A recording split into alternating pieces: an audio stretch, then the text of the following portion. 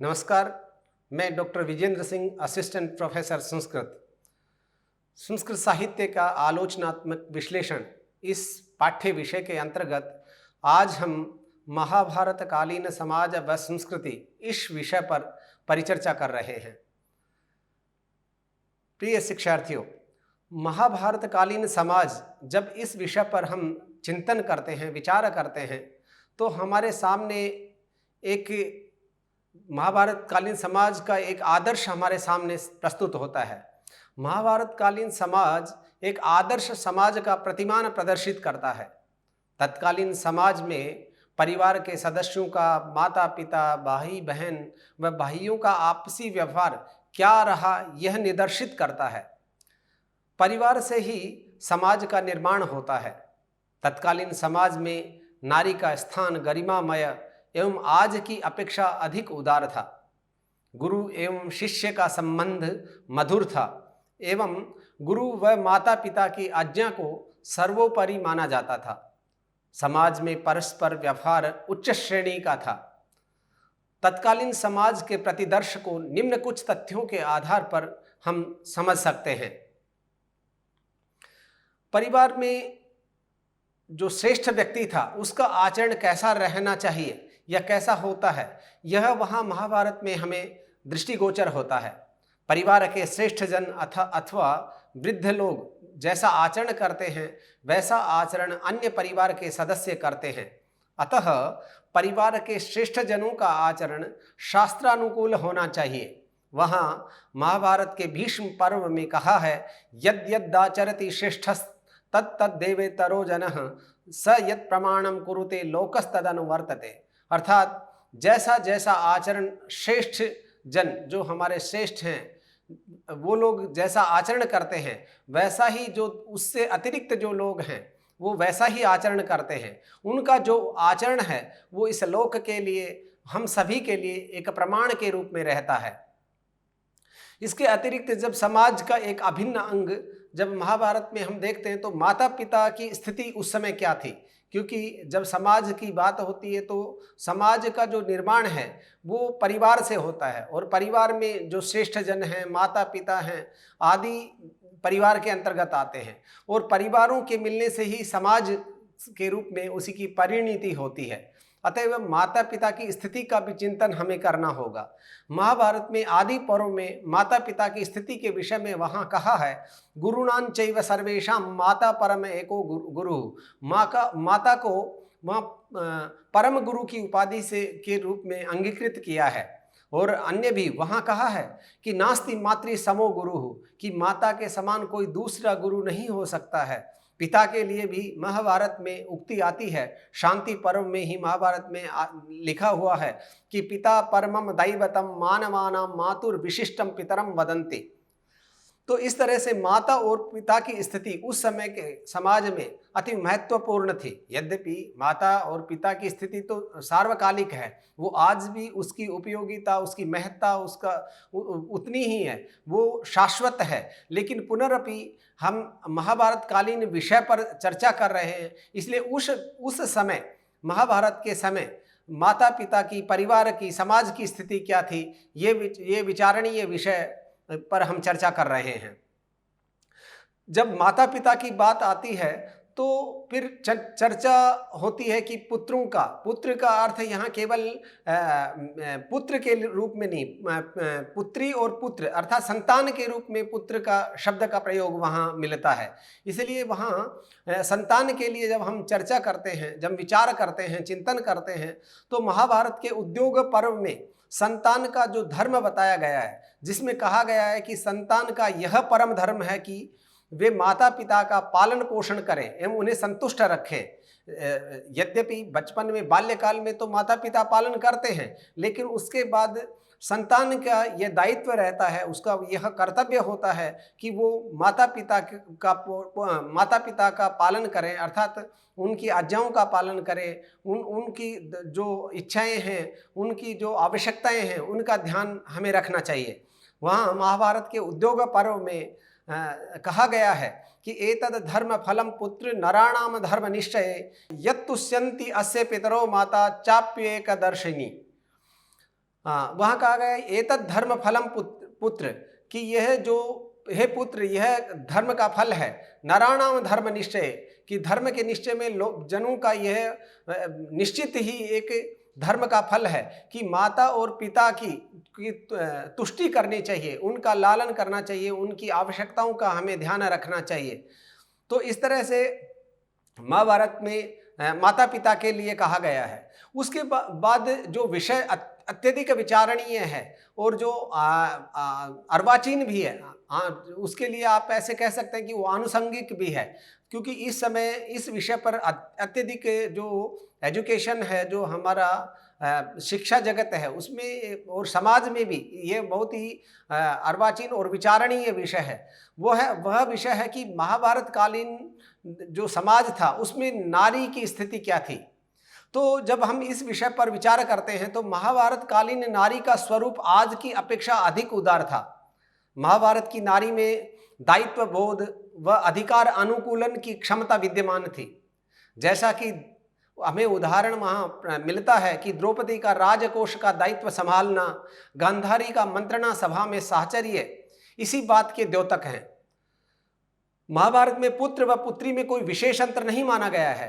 अनुशासन पर्व में वहाँ महाभारत में आया है यथैव आत्मा तथा पुत्र पुत्रेण दुहिता समा, अर्थात जैसे पुत्र है वैसे ही जो दुहिता है, जो पुत्री है, वो दोनों समान हैं, वो दोनों आत्मा के ही रूप हैं, आत्मन रूप हैं। तो इस तरह से दोनों को एक समान स्थिति के रूप में, एक समानता के रूप में महाभारत कालीन समाज में हमें मिलता है। तो इसके अतिरिक्त तत्कालीन समाज में जो विवाहित स्त्री का चिरकाल तक पिता के घर में रहना उचित नहीं माना जाता था। ये क्योंकि उस समय की या आज की जो विषय, जो अर्वाचीन विषय की हम मंत्रणा कर रहे हैं, तो वहाँ ये आया कि उस समय स्त्री को, जैसा कि महाभारत में लिखा है आदि पर्व में, कि चिरकाल तक पिता के घर में नहीं रहना चाहिए, ऐसा वहाँ आया है। नारी नाम चिरवासो ही बांधवेशु न रोचते, कि नारी जो है उनका लंबे समय तक अपने बांधव अर्थात अपने माता पिता या भाई या उनके घर में रहना वो न रोचते, ऐसा वहाँ आया है। क्योंकि ऐसा देखा जाता है कि उस समय की जो विचारक किया होगा, उस समय के जो कवि थे या महाभारत में जो विचार हुआ होगा, वो उसमें ये देखा गया होगा कि इस विषय के यदि ऐसा होता है तो उसके कारण क्या हैं, या उसके कारण से क्या परेशानियां, क्या समस्या उपस्थित होती है। इसके अतिरिक्त महाभारत में पतिव्रता धर्म पर विशेष बल दिया गया है एवं भार्या को श्रेष्ठ मित्र व त्रिवर्ग अर्थ धर्म अर्थ काम को साधने वाली ऐसा माना गया है। वहाँ कहा गया है अर्धम भार्या मनुष्यस्य भार्या श्रेष्ठतमः सखा भार्या मूलम त्रिवर्गस्य भार्या मूलम तरिष्यतः। तो कहने का तात्पर्य यह है कि भार्या जो है वो कितनी महत्वपूर्ण उनकी स्थिति उस समाज में थी। तत्कालीन समाज के परिवारों में भार्या के प्रति क्या व्यवहार होता था, यह युधिष्ठिर के एक वचन से हमें स्पष्ट होता है। यम ही नः प्रिया भार्या प्राणेभ्यो अपि गरीयसी मातेव परिपाल्या च पूज्या ज्येष्ठेव च स्वसा। ऐसा महाभारत के विराट पर्व में आता है कि यम ही नः प्रिया भार्या, यह जो भार्या प्रिया भार्या है वह हमारे लिए प्रिय हैं। प्राणेभ्योपि गरीयसी, और हमारे प्राणों से भी वो श्रेष्ठ है। मातेव परिपाल्या, वो माता के समान पूजनीय है, पूज्या है, परिपाल्या है। ज्येष्ठेव च स्वसा, और वो स्वसा के समान ज्येष्ठ है, श्रेष्ठ है। अर्थात कहने का तात्पर्य यही है कि भार्या माता की तरह परिपालनीय एवं ज्येष्ठ भगिनी की तरह पूजनीय है। युधिष्ठिर की इस उक्ति से यह भी ध्वनित होता है कि परिवार में ज्येष्ठ भगिनी पूजनीय होती थी। इस प्रकार महाभारत कालीन नारी के स्वरूप के अवलोकन से तत्कालीन नारी विषयक अवधारणा का ज्ञान हमें प्राप्त होता है।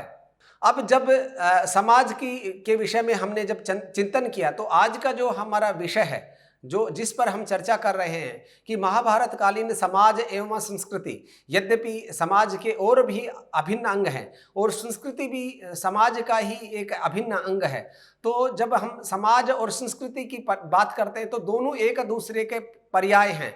समाज के बिना संस्कृति नहीं हो सकती है और संस्कृति के बिना समाज नहीं हो सकता है। इसीलिए दोनों इतरेतराश्रय हैं। संस्कृत में इसके लिए एक शब्द प्रयोग होता है, इतरेतराश्रय, अर्थात दोनों का आश्रयता एक दूसरे के प्रति है।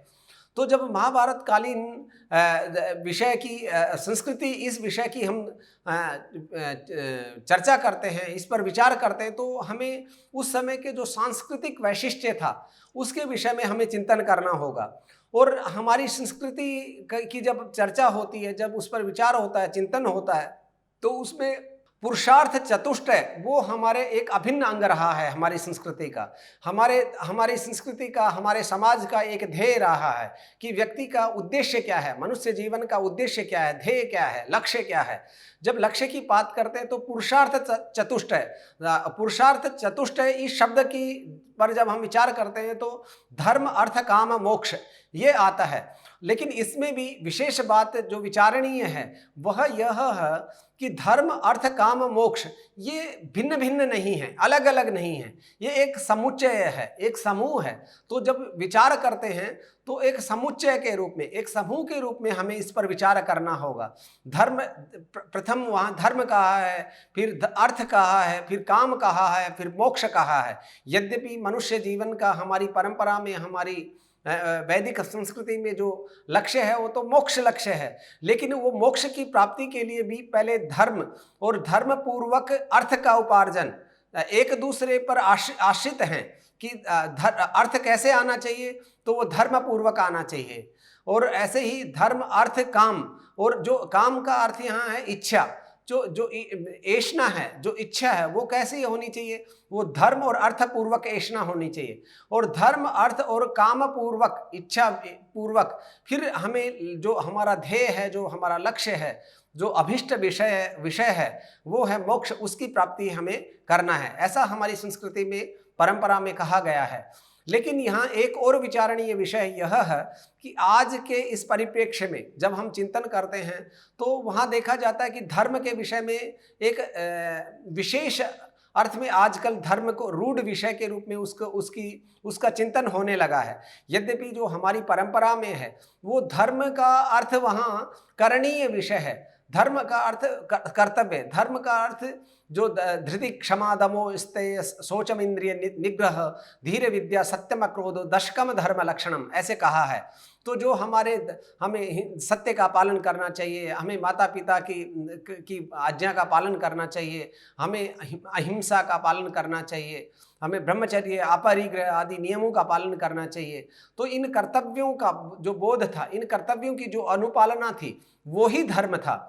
तो इसीलिए महाभारत के आदि पर्व में, यद्यपि महाभारत जैसा ग्रंथ है उसके विषय में कहा गया है कि जो भी इस चराचर जगत में जो भी विचारणीय चिंतनीय विषय हैं, चाहे वो धर्म से संबंधित है, चाहे वो अर्थ से संबंधित है, चाहे वो इच्छा से संबंधित है, चाहे वो मोक्ष से संबंधित है, अर्थात जो भी ज्ञान यहाँ हमारी परंपरा से हमें मिलता है वो सब ज्ञान का जो आधार है, भंडार है, वो महाभारत को माना गया है। वह महाभारत के आदि पर्व में एक श्लोक आया है, धर्मे च अर्थे च कामे च मोक्षे च भर्तर्षभः यदि इहा अस्ति तदन्यत्र यन्नेहा अस्ति न तत्क्वचित्। वहाँ कहते हैं कि धर्म अर्थ काम मोक्ष है, इन सब का जो आधार है, जो समायोजन है, जो ये सब के सब महाभारत में समाहित हैं। यदि इहा अस्ति तदन्यत्र, जो यहाँ इस महाभारत में कथित है, विचारित है, चिंतन जिसका किया गया है वह सब जगह है। और जहाँ जिसका विचार यहाँ महाभारत में नहीं किया गया है, जिस विषय का विवेचन यहाँ नहीं हुआ है, वो अन्यत्र भी हमें कुत्रचित अभी हमें उपलब्ध नहीं होता है। तो इस तरह से महाभारत के विषय में कहा गया है, इसलिए महाभारत का वैशिष्ट्य है। वहाँ और भी कहा है कि अर्थशास्त्रम इदम प्रोक्तम धर्मशास्त्रम इदम महत् कामशास्त्रम इदम प्रोक्तम व्यासेन अमित बुद्धिना, कि जो अमित बुद्धि जो व्यास ऋषि थे उन्होंने यहाँ सब कुछ कहा है। उन्होंने अर्थशास्त्र को कहा है, उन्होंने धर्मशास्त्र का विवेचन किया है, उन्होंने कामशास्त्र के विषय में बतलाया गया है। कहने का अर्थ यही है कि संपूर्ण जो ज्ञान है, परंपरा में जो ज्ञान हमें उपलब्ध होता है, वो संपूर्ण विषय का विवेचन महाभारत में किया गया है। तो जब इसके अतिरिक्त जैसा कि हम चर्चा कर रहे थे कि धर्म का स्वरूप क्या है, तो धर्म के विषय में महाभारत के उद्योग पर्व में स्वयं व्यास ऋषि ने कहा है, यस्मिन् यथा वर्तते यो मनुष्य तस्मिन् तथा वर्तितव्यम स धर्मः। अर्थात मनुष्य को जैसा वर्ताव करना चाहिए, जैसा व्यवहार करना चाहिए, वैसा व्यवहार करना, कर्तव्य अकर्तव्य के बोध के साथ व्यवहार करना, यही धर्म है। मायाचारो मायया वर्तितव्य साध्वाचार साधुना प्रत्युपेय, ऐसा महाभारत में आता है।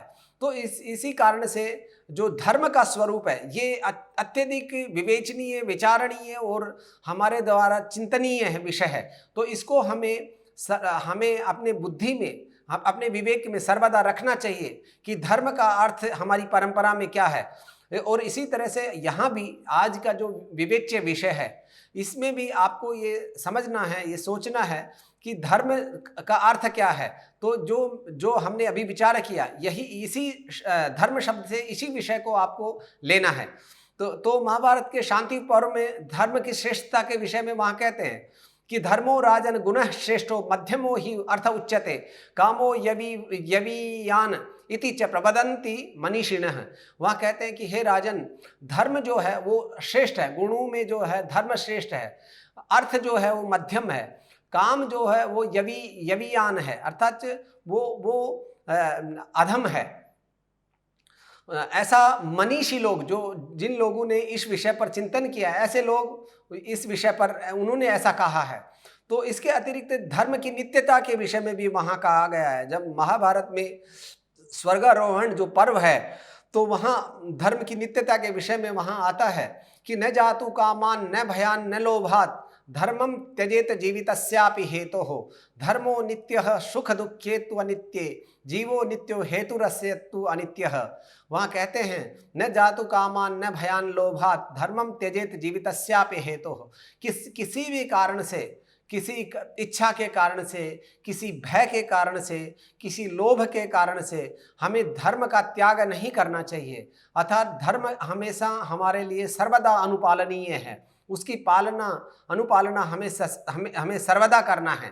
धर्मो नित्य सुख दुखे तो अनित्य, कि धर्म जो है, जो कर्तव्य अकर्तव्य हैं, जो अपना कर्तव्य है, जो धर्म है वो शाश्वत है, वो नित्य है। सुख दुख तो अनित्य हैं, कभी सुख आता है, कभी दुख आता है, वो चक्रार पंक्ति की तरह है। जो आज सुख है तो कल दुख भी हो सकता है, कल दुख है तो उसके आगे सुख भी आ सकता है। और यहाँ तक कि जीव जो है, आत्मा तो नित्य है, लेकिन उसका जो हेतु है, जो कारण है, वो अनित्य है। तो इस कारण से धर्मो नित्य है, कि धर्म जो है वो हमारा नित्य है। इसी कारण से महाभारत में कहा है कि धर्म का त्याग कभी नहीं करना चाहिए। धर्म की नित्यता के विषय में वहाँ इसीलिए कहा गया है। इसी प्रकार धर्म के बाद अर्थ के महत्व के विषय में जब हम विवेचना करते हैं, तो धनम आहु परमम धर्मम धने सर्वम प्रतिष्ठितम जीवंती धनिनो लोके मृता ये तो अधना न रहा, ऐसा महाभारत के उद्योग पर्व में आता है। तो वहाँ कहा गया है कि धर्म की अर्थ की महत्ता क्या है। तो अर्थ जो है आज के समाज में भी हम जब देखते हैं तो अर्थ प्राधान्य है, अर्थ की प्रधानता है। तो महाभारत में भी अर्थ के विषय में कहा नहीं गया, निषेध नहीं किया गया है, लेकिन वहाँ भी ये अवश्य कहा गया है कि अर्थ की उपार्जन कैसे करना चाहिए। तो वो हमें धर्मपूर्वक अर्थ का उपार्जन करना चाहिए। तो कहने का अर्थ यह है कि अहिंसा का पालन करते हुए, सत्य का पालन करते हुए, अपरिग्रह का पालन करते हुए, तो इस तरह से हमें अर्थ का उपार्जन करना चाहिए।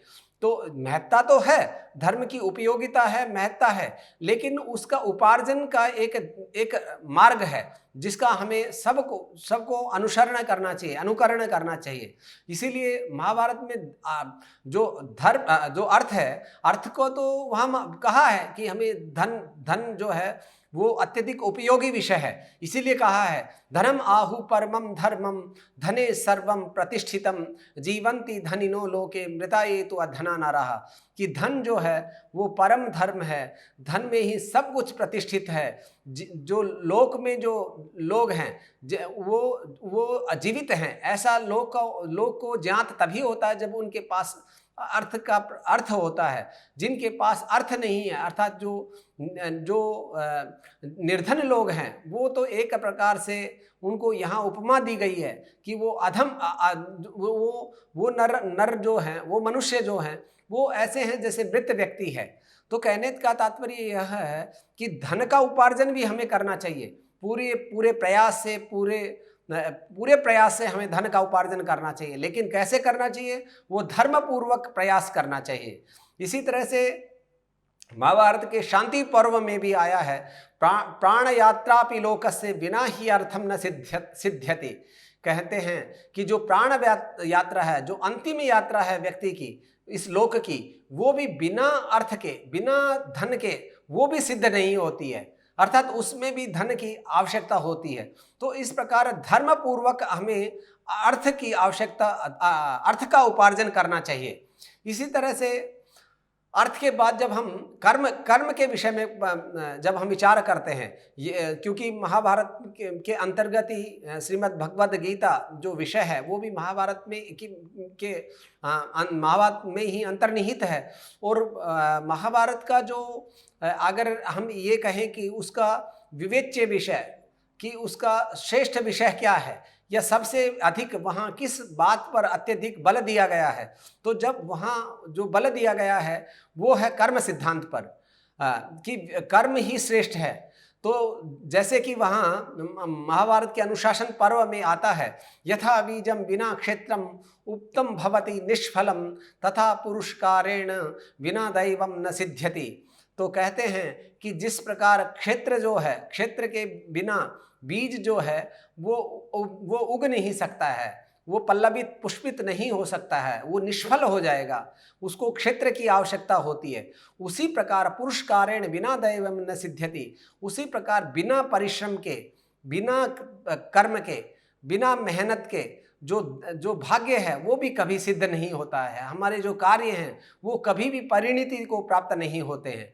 तो इसीलिए कर्म की प्रधानता को महाभारत में स्वीकार किया गया है। इसके अतिरिक्त महाभारत के अनुशासन पर्व में फिर कहा गया है, क्षेत्रम पुरुषकारस्तु दैवम बीजम उदाहृतम क्षेत्र बीज समायोगा ततः सस्यम समृद्ध्यते। वहाँ कहा गया है कि क्षेत्रम पुरुषकारस्तु, कि जो क्षेत्र है, जो खेत है, जो भूमि है, जो पृथ्वी है, वो एक प्रकार से कर्म है। दैवम बीजम उदाहृतम, और जो उसका फल है वो बीज है। क्षेत्र बीज समायोगात, जो भाग्य और कर्म दोनों के समायोजन से ततः सस्यम समृद्ध्यते, कि उसके बाद जो सस्य है, जो पुष्प है, जो खेती है, जो कृषि है, वो पुष्पित और पल्लवित होती है। तो कहने का तात्पर्य यह है कि महाभारत में कर्म की प्रधानता को स्वीकार किया गया है। महाभारत के अनुशासन पर्व में आया है, शुभेन कर्मणा सौख्यम दुखम पापेन कर्मणा कृतम फलति सर्वत्र ना कृतम भुज्यते क्वचित।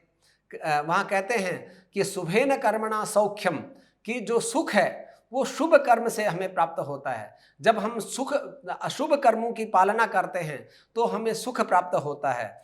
और जब हम पाप कर्म का आचरण करते हैं, पाप कर्म जब हम करते हैं तो हमें दुख की प्राप्ति होती है। कृतम फलति सर्वत्र ना कृतम बुध्यते क्वचित, कि जो कृतम है, जो कृत कार्य है, वो उसका फल अवश्य ही मिलता है। ना कृतम भुज्यते क्वचित, और जो हमने नहीं किया है उसका उपभोग भी हम नहीं कर सकते हैं। कहने का तात्पर्य यही है कि जो फल है वो हमें कृत कार्य का ही हमें फल मिलता है।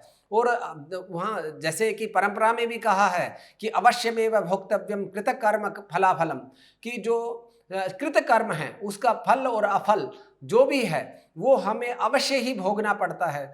और ये अगर हम इस पर विचार करें तो हम कह सकते हैं कि वो रिप्लेस नहीं होता है, एक दूसरे के स्थान पर इसका आधान नहीं किया जा सकता है। अगर हमारा महनीय कर्म है, महान कर्म हमने किया है, तो उसका फल भी उसी तरह का हमें प्राप्त होगा। अब अगर हमें अधम कर्म का अनुपालना की है तो उसी तरह का हमें उसकी फल की प्राप्ति होगी। तो ये एक दूसरे के रूप में आधान नहीं होते। और ना ही ऐसा होता है कि आज हमने कोई तुच्छ या अधर्म कर्म किया और उसके बाद हमने को बहुत ही धर्म का कार्य किया है, बहुत ही कर्तव्य का पालन किया है, बहुत ही शुभ कर्म का अनुपालना की है, तो ऐसा नहीं हो सकता कि जो अशुभ कर्म की अनुपालना हमने की थी, जो हमारे द्वारा कृत अशुभ फल था, अशुभ कर्म था, उसके फल की जगह हमें अच्छे कर्म का फल मिल जाएगा, उपलब्ध हो जाएगा, ऐसा भी नहीं होता है। और इसीलिए श्रीमद् भगवद गीता में वहाँ महर्षि वेदव्यास कहते हैं कि कर्मण्येवाधिकारस्ते मा फलेषु कदाचन मा कर्म फल हेतुर्भूमा ते संगो अस्तु अकर्मणि, कि कर्मण्येवाधिकारस्ते मा फलेषु कदाचन, कि हमारा जो है, हमारा जो करणीय विषय है, हम जो कर सकते हैं, वो केवल हमारा अधिकार जो क्षेत्र में जो आता है वो आता है कर्म करना। हम कर्म कर सकते हैं, फल हम फल के हम अधिकारी नहीं हैं, फल हम अधिकृत नहीं है उसके लिए। तो हमें कर्म की चिंता करना चाहिए, हमें कर्म के विषय में सोचना चाहिए, केवल अच्छे कर्म करना चाहिए, फल की चिंता कदापि नहीं करना चाहिए। फल तो अवश्य मिलेगा ही मिलेगा। अगर अच्छा कर्म करेंगे तो उसका अच्छा फल मिलेगा, अगर बुरा कर्म हम करेंगे तो उसका उसी तरह का फल मिलेगा। तो इस तरह से आज का जो विषय है, जिस विषय पर हमने परिचर्चा की, इस विषय में हम कह सकते हैं कि महाभारत कालीन जो समाज और संस्कृति, जब इस विषय पर हम सोचते हैं, आज इस विषय पर विचार करने के बाद, चिंतन करने के बाद जो उपसंहार के रूप में हम कह सकते हैं कि उस समय का समाज बहुत ही श्रेष्ठ समाज था और बहुत अच्छे प्रतिमान समाज के थे। वहाँ समाज की स्थिति, माता पिता की स्थिति, संतान की स्थिति, नारी की स्थिति बहुत ही अच्छी थी और एक दूसरे में, गुरु शिष्य में संबंध मधुर थे और एक दूसरे विषय में वहाँ जो है वो जब हम विचार करते हैं तो एक दूसरे पे आश्रित थे, अर्थात एक दूसरे का सहयोग की अपेक्षा होती थी, साथ मिलकर साहचर्य से आगे बढ़ने का हमें वहाँ ऐसा विचार मिलता है। और इसी प्रकार वो जो महाभारत जो ग्रंथ है वो हमारी संस्कृति का भी परिचायक है वो। और जैसा कि हमने इसमें विचार किया ही है कि जो महाभारत में हमें दिग्दर्शन होता है, हमारे समाज का दिग्दर्शन होता है, हमारी संस्कृति का दिग्दर्शन होता है, वैसा हमें अन्यत्र कुत्रापि उपलब्ध नहीं हो सकता। तो इसीलिए जब हम समाज के विषय में चिंतन करते हैं, जब हम संस्कृति के विषय में चिंतन करते हैं, तो महाभारत कालीन समाज और संस्कृति हमारे लिए अनुकरणीय है, अनुपालनीय है। तो जब भी अगर हमें कोई शिक्षा ग्रहण करना है, हमें कुछ समझना है, तो हमें महाभारत कालीन जो समाज और वहाँ उस समय की जो संस्कृति की थी उसके विषय में अवश्य विचार करना चाहिए। तो आज के इस विषय पर, महाभारत कालीन समाज और संस्कृति विषय पर की विवेचना को मैं यहीं समाप्त करता हूँ। धन्यवाद। नमस्ते।